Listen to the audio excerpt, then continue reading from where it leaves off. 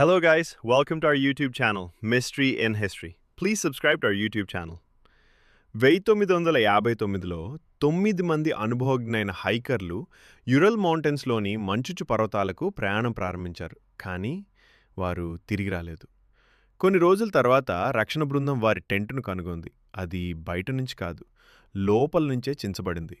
మంచులో కనిపించిన అడుగుల జాడలు చెబుతున్నాయి వాళ్ళు భయంతో టెంటు వదిలి పారిపోయారని. ఇంకా భయంకరమైన విషయం ఏంటంటే కొంతమంది హైకర్ల శరీరాలపై విచిత్ర గాయాలు కనిపించాయి. ఒకరికి నాలుక లేదు, మరొకరికి కళ్ళు లేవు. అక్కడ ఎలాంటి యుద్ధం జరగలేదు, జంతువుల దాడి ఆనవాళ్లు కూడా లేవు. అయితే ఆ రాత్రి నిజంగా ఏమైంది?